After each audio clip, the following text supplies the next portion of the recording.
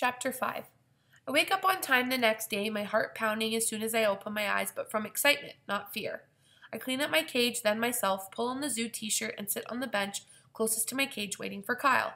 An eternity later, he's finally there, his hair still mussed from sleep yawning. He sits down next to me and rubs his eyes. I can't believe Mom drags me down here every morning at 8 o'clock, he groans.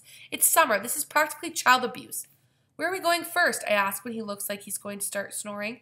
Kyle, there you are. A blonde woman wearing a uniform and sunglasses walks toward us. I can tell from her hair she's Kyle's mom. I make an extra effort to seem normal when Kyle introduces me as Leah, a friend. She's helping me out with all the million chores you saddled me with. Eve removes her sunglasses and shakes my hand warmly and smiles. I love to meet Kyle's friend, she says. Glad to hear you like the zoo. Not everybody does when you're not little kids anymore. Some people think it's too smelly and dirty and noisy. She's talking about my dad, Kyle stage whispers. He used to be co-manager here, but then he dumped both of us in the zoo for a brunette with a law degree. A shadow crosses Eve's face. Kyle, she says with a sigh, and for a moment I wonder why he's acting like this when she seems so nice. Then I remember things aren't always what they seem. Dylan told me you two were in the elephant habitat yesterday, she says. Kyle, Dylan thought you had my permission. You did not. Leah, this is not your fault, but don't follow Kyle blindly. He's been known to walk into dead ends and get stuck there. Kyle makes a disgusted sound. Mom. Eve smiles. I will need to talk to your parents in order to allow you access to the habitats.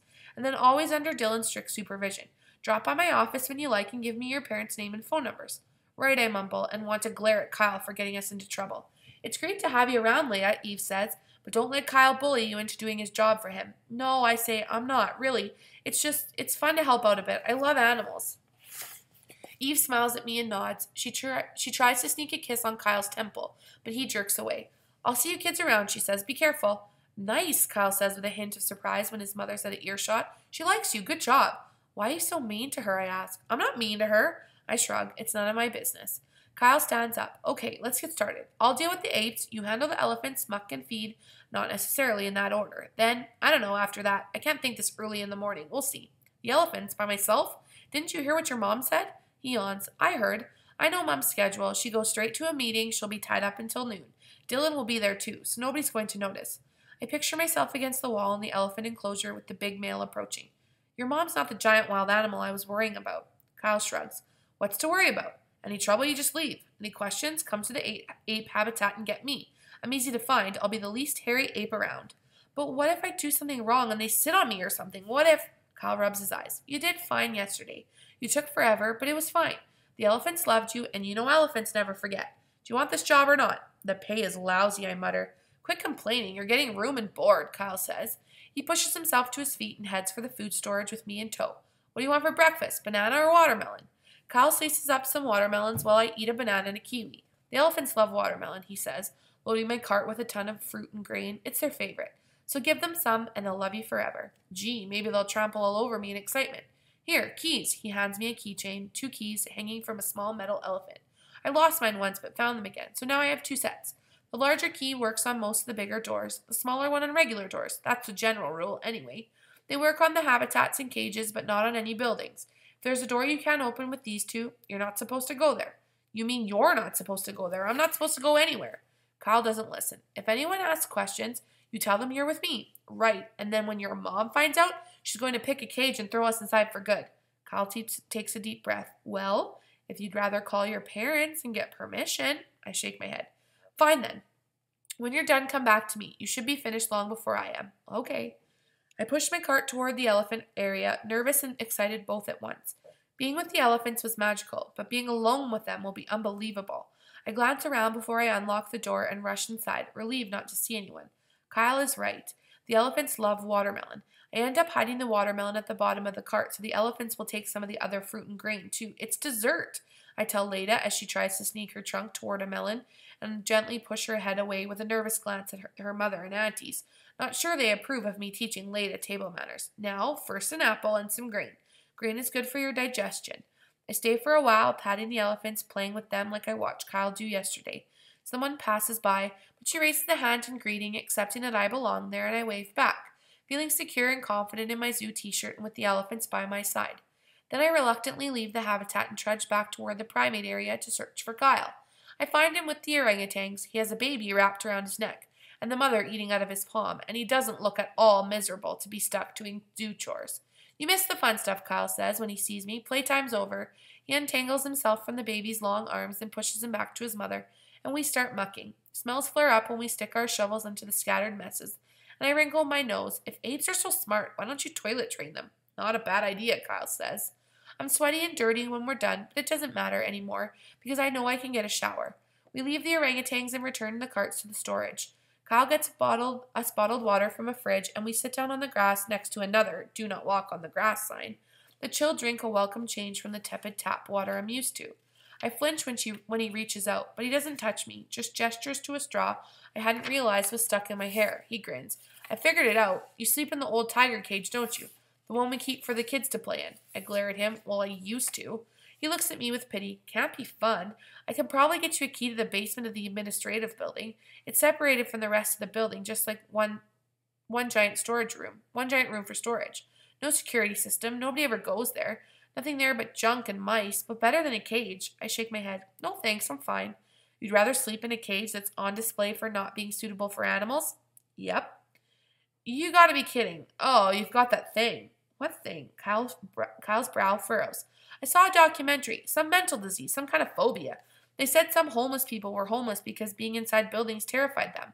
Is that what's wrong with you? Is that why you're homeless? And the cage is okay because you can see out? I shrug. Don't worry about me. Can't they cure whatever's wrong with you? A pill or something? Don't they have a pill for everything? I want to tell him nothing is wrong with me, but I can't. There is something wrong with me, but I don't know what it is or what it's called or how to fix it. I only know that I'm broken. Maybe I don't want a pill. I bet my mom knows a shrink who can help you. Maybe hypnosis or something? You could ask her. Or I could ask her for you, I suppose. I'm fine. Stop trying to figure me out. Okay, I was only trying to help. I think about my cage, my home. If you really want to help me, there is one thing you can do for me. What is it? I hold my keychain up, my fingers securely around the elephant's middle, the two keys dangling from its trunk. You can get me the key to my own cage. Kyle shrugs. I'm not sure there even is a key to that thing. There is a keyhole. There must be a key. The cage is 100 years old. What are the odds of the key lying around somewhere? He stands up, chucks the empty bottle into a recycling bin. Come on, I want to show you something. He takes me through the storage building filled with boxes to the other side, through a door marked quarantine, until we're standing by another set of bars. On the other side is a small habitat, isolated, closed off from the public, an outdoor area closed off by buildings on all sides. It's got grass and trees and ropes hanging from tree to tree. At first I think it's empty. Then I see a tiny movement. It's a small ape, skinny, with a narrow, worried face and big eyes. She sits in the shadow of a tree, not moving. I grab the bar with my hands and press my face between them to see better.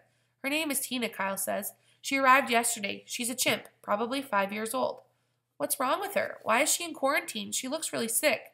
No, she's not sick, not in that way. She just needs peace and privacy. Why? She was rescued by animal welfare. We don't know what happened to her, but she's got scars all over under her fur.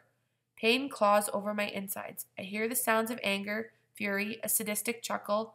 I feel a belt, an iron bar, a 2x4 slashing the air, striking my back.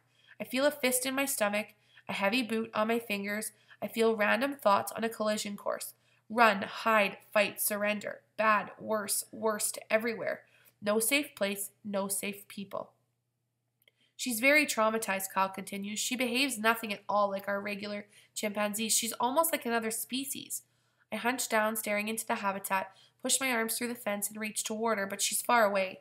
Tina's eyes are large and brown, her brows heavy, and she's more still than any creature should be. She stares at my hands, and I withdraw them when I sense her fear.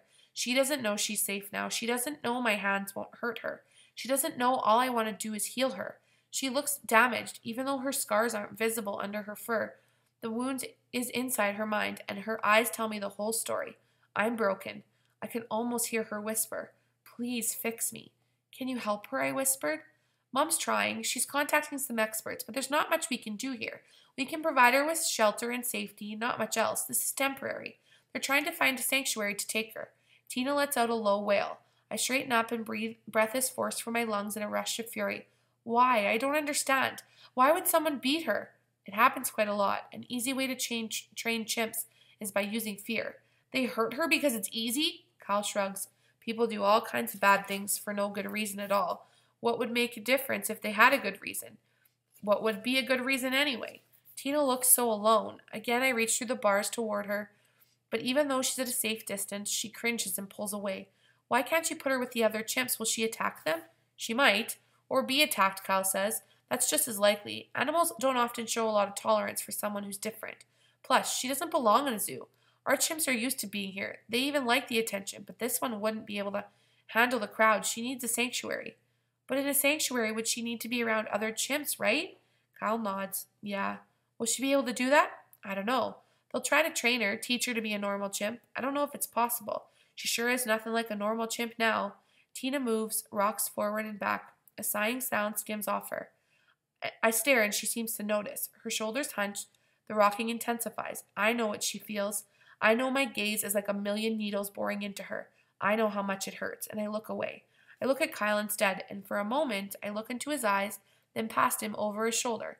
When he looks back at me, his eyes are brown. I'm glad I know that now. Why does she do that? I ask through the lump in my throat. Why does she rock back and forth like that? Kyle pushes his hair away from his face. He's staring at Tina with a frown. It's what chimps do when they've suffered a lot. Many species do something like this. Humans too, Mom says. Can't we help her? Can't we do something? She's sitting there alone and scared. Can't we do something for her? Kyle shakes his head. There's not much we can do. A zoo is no place for a traumatized animal. Until she gets to a sanctuary, all we can do is give her a safe space and hope she figures out that nothing bad is going to happen to her anymore. It's all we can do. Try to show her this isn't a bad place, but she has to discover it on her own. Maybe this is hopeless, I whisper. Not necessarily. The sanctuaries have experts who deal with stuff like this. They can help her. I don't know. How can she ever feel safe? I mean, she knows what can happen. She knows what people are capable of.